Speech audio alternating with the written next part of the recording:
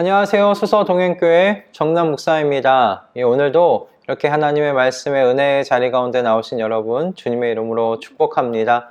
하나님께서 오늘도 우리에게 또 필요한 말씀을 준비해 놓고 계신 줄로 믿습니다. 우리 함께 기도함으로요, 하나님께서 준비해 주신 말씀의 자리 가운데 우리 함께 나아가도록 하겠습니다. 기도하겠습니다. 하나님, 오늘도 저희를 깨워주셔서 주님의 말씀의 자리 가운데 인도해 주시니 참으로 감사합니다. 하나님, 오늘 주님께서 주신 말씀이 우리의 심령을 깨울 수 있도록 은혜 허락하여 주시옵소서. 주님을 조금이라도 더욱더 닮아가도록, 그리고 우리의 삶 가운데 필요한 부분들이 무엇인지가 드러날 수 있도록 이 말씀이 사용되어지도록 인도하여 주시옵소서. 우리 안에 살아계시며 우리와 함께 사시는 성령 하나님께서 오늘 이 말씀이 깨달아질 수 있도록 우리의 심령을 움직이시고 깨워주실 줄로 믿습니다. 주님께서 그와 같이 우리의 삶 가운데 함께 하시며 오늘 이 시간 가운데 함께 하실 것을 믿으며 우리 주 예수 그리스도의 이름으로 기도드립니다. 아멘. 네, 오늘 우리에게 주시는 하나님의 말씀은요, 레위기 10장 12절에서 20절까지의 말씀입니다. 레위기 10장 12절에서 20절까지의 말씀인데요, 제가 봉독하도록 하겠습니다. 모세는 아론 및 살아남은 아론의 두 아들 엘르아살과 이다말에게 말하였다. 주님께 살라 바치는 제사를 드리고 남은 곡식 제물은 형님과 형님의 아들들이 가지십시오.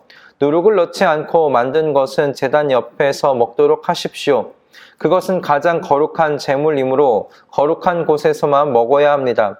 그것은 주님께 살라 바치는 제물 가운데서 형님과 형님의 아들들이 받은 몫이기 때문입니다. 주님께서 나에게 그렇게 명하셨습니다.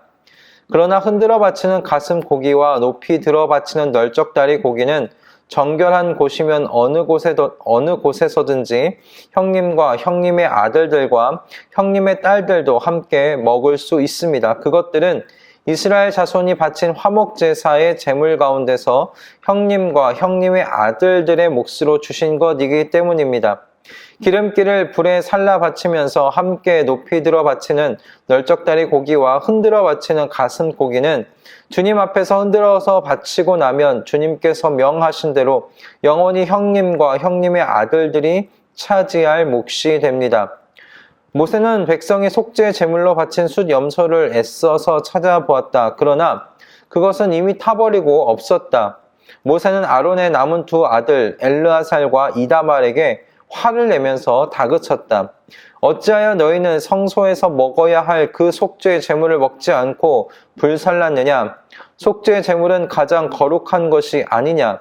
너희가 주님 앞에서 회중의 죄를 속하여 주어서 그들이 용서받게 하려고 이 제물을 너희에게 먹으라고 주신 것이 아니냐? 그것은 성소 안에까지 피를 가지고 들어가는 제물이 아니므로 너희는 내가 명령한 대로 그 제물을 성소 안에서 먹었어야만 했다. 이 말을 듣고 아론이 모세에게 대답하였다. 보십시오. 오늘 내 아들들이 속죄를 받으려고 주님 앞에 속죄 제물과 번제물을 바쳤습니다. 그런데 이런 참혹한 일이 오늘 나에게 닥쳤습니다. 그러니 내가 무슨 염치로 오늘 그들이 바친 속죄 제물을 먹는단 말이오. 내가 그들이 제물로 바친 고기를 먹으면 주님께서 정말 좋게 주시리라고 생각합니까? 이 말을 듣고 보니 모세도 그렇겠다는 생각이 들었다. 아멘.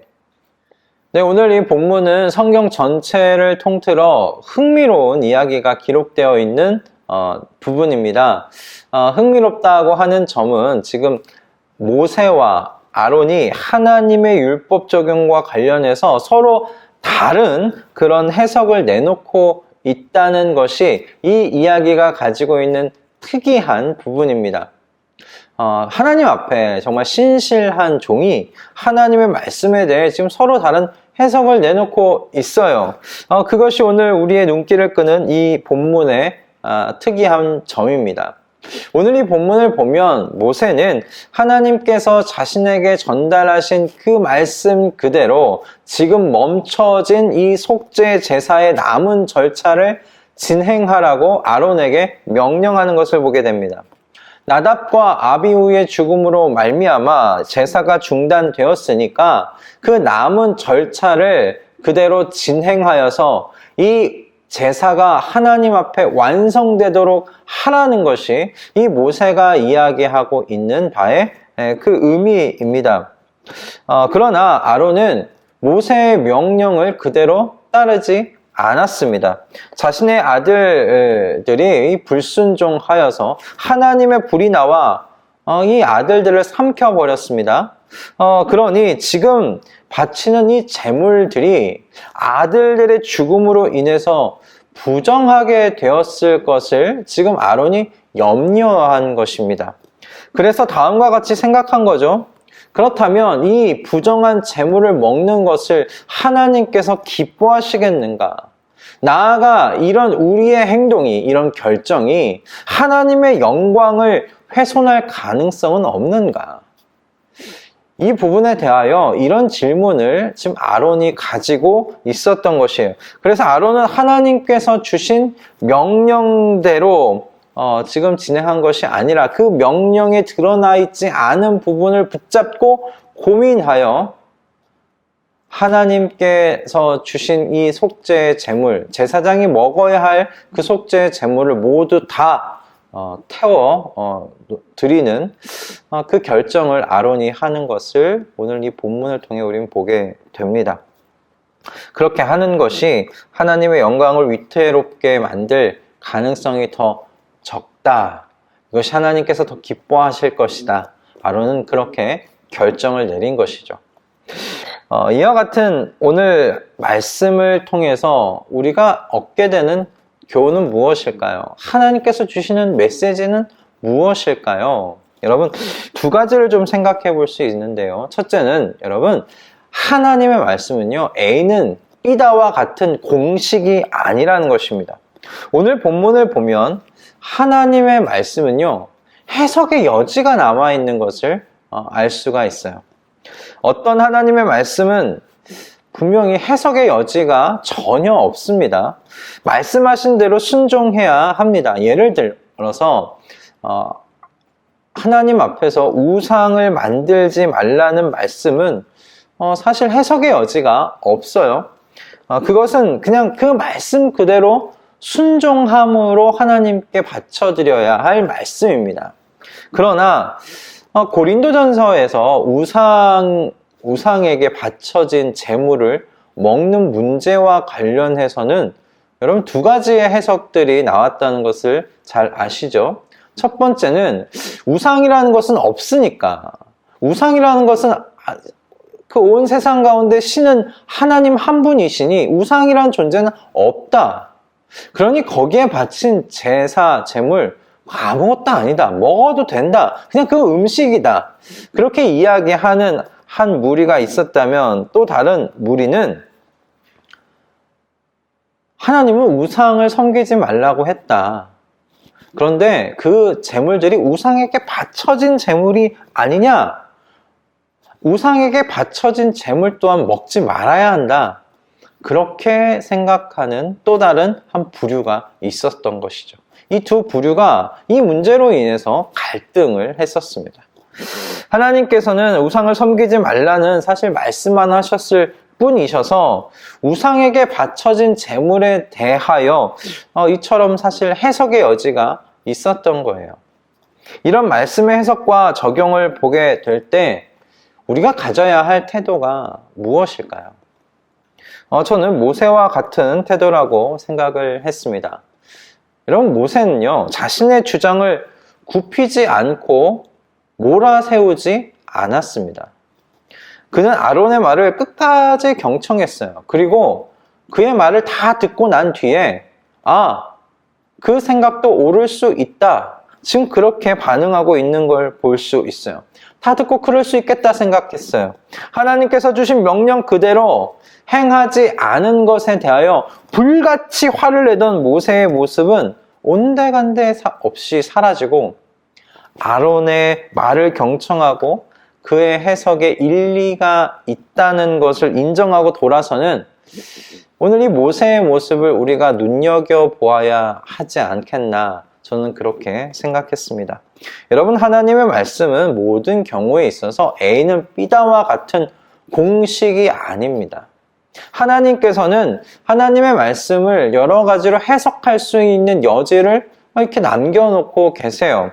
그러니 여러분, 나의 해석만을 고집하여 공동체에 있는 이웃을 정죄하고 갈등을 일으키지 않으시는 우리 모든 식구들 되실 수 있기를 주님의 이름으로 축복합니다. 그럼 여러분, 이어서 생각할 것이 있습니다. 왜 하나님께서는 이렇게 여러 가지로 해석할 수 있는 여지를 남겨놓으셨는가? 너무 분명하게 말씀하시면 되지 않겠는가? 라는 것이에요. 왜 이렇게 서로 자유로이 생각할 수 있는 이 자유를 허락하셨느냐라는 것입니다. 저는 이것이 일종의 하나님의 우리를 향하신 테스트가 아닐까, 하나님을 대하는 자세를 알아보고자 하는 테스트가 아닐까, 그렇게 좀 생각해 보게 되었습니다. 모세와 아론의 해석은 서로 달랐어요. 모세는 멈춰진 제사를 끝까지 시행하여서 하나님께 드리는 제사를 완성해야 된다라고 주장하였습니다. 그런데 아론은 이 제물이 아들들의 죄로 인해서 부정하여졌을지도 모르니 제사장들이 먹지 않고 태우는 것이 좀 더 옳다, 하나님이 기뻐하실 것이다 라고 그렇게 주장하였어요. 서로 다른 주장이지요. 그러나 하나님을 향한 모세와 아론의 태도는 모두 동일하다는 것을 우리가 이 본문의 말씀을 통해서 살펴볼 수가 있습니다. 무엇이 하나님의 영광을 더 드러내는가? 어떤 행동이 하나님의 영광을 훼손하지 않고 지킬 수 있겠는가? 이 질문에 대한 서로의 답변이었을 뿐이에요. 그래서 오늘 본문이 주는 두 번째 여러분 메시지는 하나님의 영광을 위해 끊임없이 생각하는 그리스도인이 되시라라는 메시지입니다. 아론에게 있어서 오늘 이처럼 고민해서 결정하는 것 좀 쉬운 일 아니었을 것입니다. 여러분, 아론의 처지를 한번 생각해 보십시오. 하루아침에 두 아들을 잃은 아비의 마음을 여러분 생각해 보세요. 이 나답과 아비후를 그 전날 밤에 만나고 또 같이 식사를 했을지도 모릅니다. 내일 어떤 일들을 또 계획하면서 여러 가지 이야기를 했을지도 모릅니다. 그런데 다음날 아침에 두 아들이 싸늘한 주검이 되어서 자신 앞에 지금 나와왔어요. 그렇게 돌아왔어요. 그렇게 두 아들을 잃은 충격이 얼마나 여러분 컸겠습니까? 두 아들을 잃은 충격이 컸을 것을 모세도 생각했기 때문에 아론에게 직접 말한 것이 아니라 아론의 남은 두 아들에게 이처럼 이야기한 것 아니겠습니까? 모세도 지금 아론이 충격을 받고 있다는 걸 알고 있었던 거예요. 여러분, 근데 이런 상황 속에서 무엇이 하나님의 영광을 훼손하지 않는 결정이 될 것인가? 여러분, 생각하는 게 쉬웠겠습니까? 쉽지 않은 일이에요. 쉽지 않은 일이에요. 정말 가장 쉬운 길은 뭐냐면 모세가 명령대로 하는 거예요. 그냥 기계적으로 그냥 명령한 것을 받아서 그냥 그것에 순종하는 거예요. 생각하지 않고 그것을 실행하는 거예요. 나는 명령을 받았으니 그대로 속죄 그 제물을 먹는다. 그러나 여러분, 아론은 그처럼 힘든 자리에서 기계적으로 움직이지 않았어요.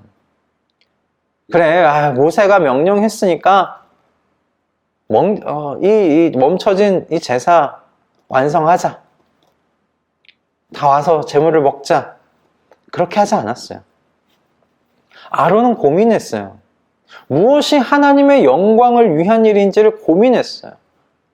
무엇이 하나님의 영광을 훼손하지 않는 결정이 될 것인지를 고민했어요.